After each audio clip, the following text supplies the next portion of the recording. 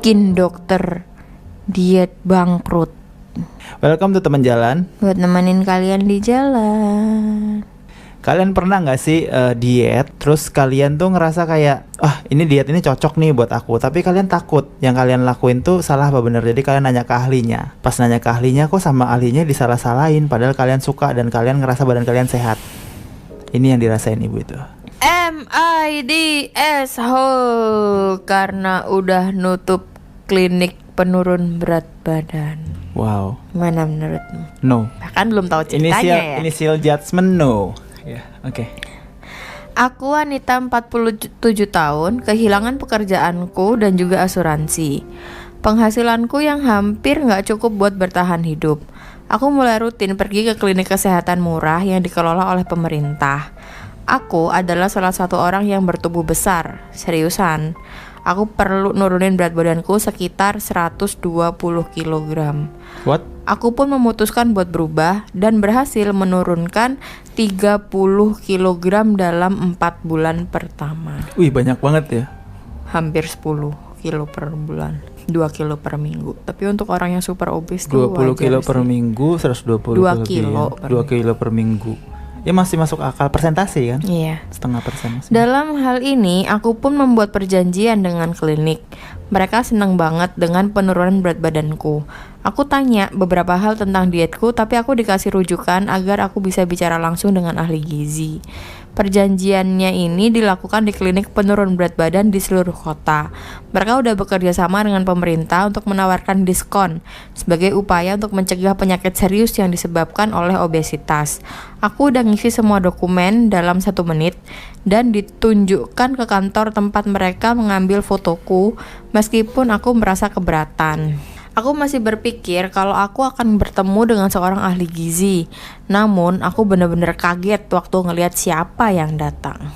Apa? Aku tebak. Personal trainer, gym rat. Aku dokter Dam.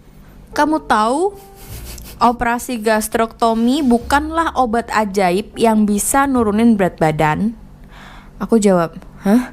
Siapa yang ngomongin operasi? Aku cuma mau nanya soal dietku.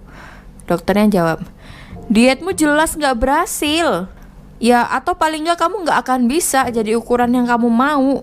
Aku udah nyetak catatanku dari Fitbit yang menunjukkan semua waktu yang udah aku habisin buat olahraga, apa yang aku makan, dan berapa banyak berat badanku yang udah turun. Dokter juga ngomong kalau itu semua palsu dan ngasih tahu aku kalau aku punya peluang kurang dari 5% buat berhasil.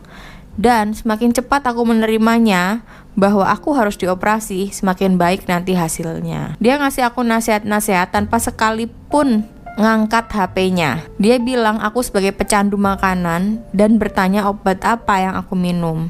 Gak ada. Semua yang aku bilang tuh gak dianggap sama dia. Bahkan waktu aku jelasin tentang apa yang aku pikirin, mungkin ada alergi makanan, dia malah ngasih aku jadwal diet yang isinya makanan-makanan yang gak bisa aku makan. Semua alasan yang kamu bilang padaku, kamu bakal terus nambah berat badan dan bakal meninggal dalam setahun, katanya lalu keluar. Aku langsung menangis. Sebulan berikutnya aku ngeliat fotoku yang mereka ambil di klinik ada di halte bis, bersebelahan dengan foto lamaku yang mereka ambil dari Facebookku. Keduanya diedit. Yang satu dibuat biar aku kelihatan lebih besar, dan yang satunya dibuat seolah aku jadi lebih kecil. Bagian dari dokumen yang aku isi emang bilang kalau mereka bisa menggunakan fotoku buat dijadikan iklan mereka. Aku menolak untuk menandatanganinya dan aku mencoret bagian itu, lalu aku nulis, halaman ini tidak ditandatangani di bawahnya. Anjir. Aku pun langsung nelpon teman pengacaraku yang ngirim surat ke mereka, ngasih tahu kalau kelegalan mereka akan ditunda jika mereka nggak narik iklan tersebut. Seminggu berikutnya diumumkan kalau klinik penurun berat badan tersebut menghentikan program pemotongan biaya mereka.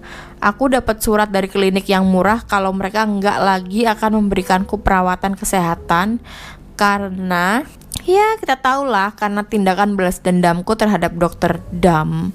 Selanjutnya juga dikatakan kalau aku udah ngambil akses perawatan medis yang menyelamatkan jiwa orang miskin yang layak, dan mengatakan kalau tindakanku egois dan memalukan. Am I the asshole? Karena nyuruh mereka buat narik fotoku? Untuk informasi, sekarang udah 6 bulan dan aku udah menurunkan 55 kilogram. Anjir, dia mau setahun doang selesai. Ini kayaknya nggak sehat juga deh ini. Aku akan menambahkan ini karena 2 orang ngirimin aku pesan tentang ini ya. Dokter Dam itu bukan nama asli, hehe. Nurunin berat badan, diet untuk kesehatan itu kan aslinya penting banget kan, Jim ya. Cuman bakal jadi berbahaya dan bakal jadi nggak baik buat kesehatan kalau melakukannya tuh kayak terburu-buru atau nggak menemukan sesuai sama dirimu sendiri kayak gitu loh. Karena perjalanan untuk mencari pola makan yang sehat itu juga selain emang kebiasaan, emang harus dibentuk dari mental juga kan. Karena overeating itu bukan sekedar penyakit fisik, tapi emang mungkin bisa jadi penyakit mental juga. Jadi emang harus dicari akar sebenar-benarnya dulu buat dibenerin. Tapi perkara dokter itu dia malah kayak gituin pasiennya, menurutku sangat nggak etis karena kan yang namanya pasien pasti percaya 100% kan sama dokternya. Yang mana dia bakal dengerin banget dokternya tuh ngomong apa. Yang disayangkan itu kalau sampai ada dokter yang kena power syndrome. Jadi udah tahu ada orang yang menggantungkan hidupnya ke omongannya dia, justru malah si dokter ini memakai itu untuk personal gain. Kan dengan adanya operasi obes kan mungkin ya dokternya bakal dapat duit kayak gitu. Jadinya dia sampai sejahat itu gitu loh ngomongnya. Kamu nggak bakal sukses lah apalah kalau nggak operasi kayak gitu. Padahal ngelihat progresnya anak ini kan sebenarnya bagus kan. Si ibu ini kok anak ini sih. Iya, progresnya si ibu ini kan ya, udah umur bagus 47 kan. punya semangat kayak gitu. Iya makanya. Tapi nggak dipungkiri tuh banyak sebenarnya kejadian kayak gini. Jadi dia ngakunya dokter, tapi ahli gizi juga bukan. Udah berani-berani ngasih meal plan.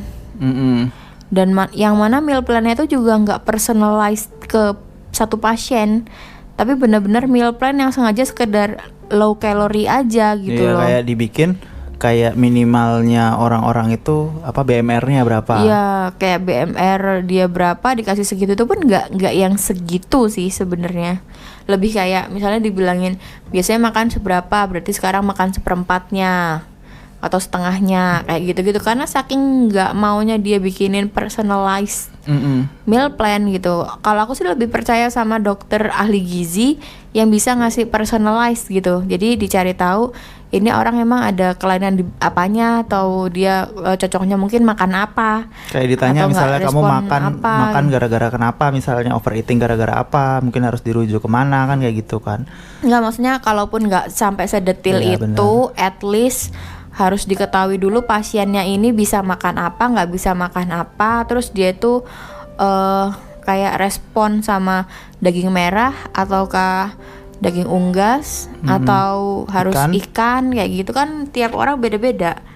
Paling nggak kalau udah dokter atau ahli gizi gitu ya harus lebih fokus kayak gitu sih, nggak bisa yang kayak dia bikinin nih makanan pagi buah 1, siang roti 2, malam buah 1 kayak gitu terus dikasih ke semua orang harus sama. Tapi kalau kayak gitu dietnya sih kucing aja turun pasti berat badannya sih. Makanya kan maksudnya tuh tiap orang kan beda-beda. Ada yang badannya kecil mungkin bisa makan kayak gitu. Ada yang badannya tuh besar jadi dia harus kayak pagi 10 buah. Atau ya siang. Ngelihatnya juga kan dari aktivitas juga kan. Nah banyak kan faktornya yang banyak. makanya tiap orang tuh berbeda-beda. Makanya harus personalized, nggak bisa satu plan kamu bagi-bagi ke semua orang dengan berharap oh aku ngetik ini sekali terus aku dapat uang berkali-kali, kan nggak kayak gitu sih kerjaan dokter kan. Menurutku sih nggak sesimpel itu. Harusnya nggak sesimpel itu. Tapi kenyataannya banyak gitu. yang berkedok gara-gara punya License dokter. iya license dokter yang mana padahal itu pun bukan ahli gizi, Bukan tapi ahli sosokan gizi. ngasih. Dan nggak pernah juga terjun di dunia diet misalnya kayak gitu ya. Cuma gara-gara dia dokter terus dia bisa ngeracik-racik obat untuk menaikkan metabolisme lah atau untuk bikin perut murus-murus kayak gitu. Terus ya nganggap itu sebuah program gitu. Padahal it's not that simple kan. Iya. Serem sih ya, tapi kalau kita kan ada man of science gitu kan ya. Kita percaya sama science gitu. Dan orang yang kita percaya untuk membawa itu kan salah satunya adalah engineer, dokter, scientist kayak gitu kan. Sedangkan kalau dokter pertama muncul gitu, terus mereka tanpa berbicara soal latar belakang science, karena kita kan terlalu bodoh juga mungkinnya untuk dijelasin terus dari awal sampai habis kayak gitu kan. Jadi kita cuman dapet hasilnya doang tanpa harus ngelihat risetnya. Tapi kadang-kadang bingung, jangan-jangan dokter ini nggak baca riset apa-apa kayak gitu loh. Terus juga nggak update soal ilmu-ilmu diet yang lagi baru-baru ini berkembang misalnya kayak gitu kan. Terus ya udah gitu. Cuman Justru malah yang kita lihat banyak ngerti soal diet itu malah orang-orang gym. ya, Rasa nggak sih? bodybuilder biasanya. Bodybuilder gitu kan. Anehnya yang backgroundnya tuh dokter gitu, kalau kita mau ngeliat gini deh, mana yang bakal lebih diuntungkan? Si dokter buka program kurus, program diet, atau si bodybuilder yang cuma bikin video YouTube yang mana dia juga nggak dibayar gitu loh. Iya. Tapi orang tuh kan gara-gara license pasti percaya sama si dokter gitu kan. Dan kita datang kita bayar padahal. Padahal dokter itu dia emang butuh duit, maksudnya dia emang dapat duit langsung gitu loh dari program dietnya dari dia. perorangan yang datang ke dia. Iya.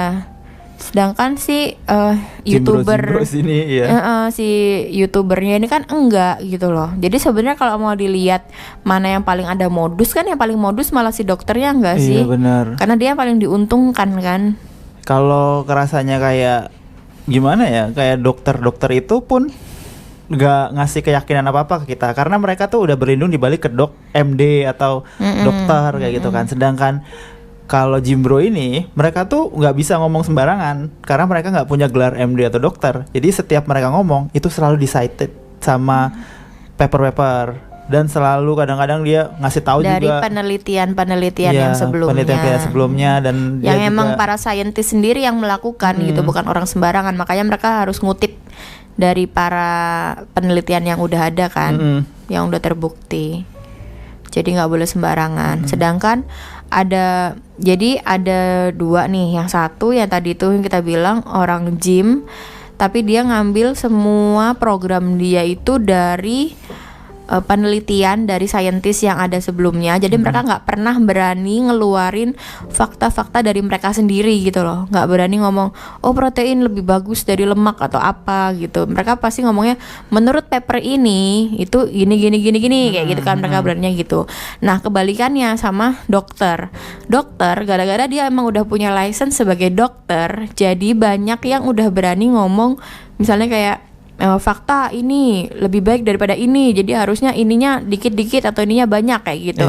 Tanpa ngasih tahu kita sumbernya dari mana, basicnya apa gitu loh. Mereka sumbernya tuh apa bisa ngomong kayak gitu. Tapi cukup dengan ngomong aku dokter, aku ngerti segalanya kayak gitu loh. Ya kita nggak ngerti sih apakah memang kita harus mempercayai dokter 100% atau si YouTuber ini 100%. Tapi yang pasti tetap harus ada perasaan kritis gitu kali ya. Ya selalu dengan grain of salt ya kata orang-orang sih gitu. Jadi jangan terlalu gampang percaya sama siapapun. Emang kita harus cari-cari tahu sendiri. Lagi pula juga biasanya Jimbro itu selalu ngasih tahu juga, kayak anak-anak YouTuber itu ngasih tahu kayak gini, nggak ada diet yang cocok buat semua orang, dan semua itu vary tergantung sama kebutuhan kamu kayak gimana kayak gitu kan. Kalau ada juga yang bilang ya anggap deh apa sih, nah ada yang nanya kan, apa sih diet yang terbaik itu, apa itu clean eating kayak gitu misalnya. Clean eating menurut keto, anak-anak keto itu berarti kan nggak makan nasi, nggak makan gandum kayak gitu. Sedangkan clean eating menurut vegan itu nggak makan daging. Jadi kalau kamu vegan dan keto, kamu kan nggak dapat makan apa-apa. Jadi beneran nggak ada diet yang fit buat semua orang, yang cocok buat semua orang. Kamu harus nyari sendiri apa yang sesuai sama yang kamu butuh, dan apa yang bisa kamu lakukan jangka panjang kayak gitu. Berat sih emang untuk orang yang udah diet dan udah jalan 6 bulan kayak ibu ini. Itu apapun yang dia lakuin ya works buat dia gitu kan. Dan dia emang kayaknya butuh ini aja deh, pengakuan dari dokter kayak ya yang kamu lakuin ini udah benar kayak gitu kan. Tapi baik ngecek aja kan dietnya dia nih gimana sih, aman gitu. Apa bahaya atau kayak gimana kan kayak gitu. Tapi malah dokternya malah ngata-ngatain dan nyuruh operasi aja. Karena kalau emang di Amerika itu emang digampangin banget sih ya, semua orang obesitas tuh selalu disaranin buat operasi Iya, kan. gastric bypass. Segitu aja dari kita. Ketemu lagi besok. Bye bye.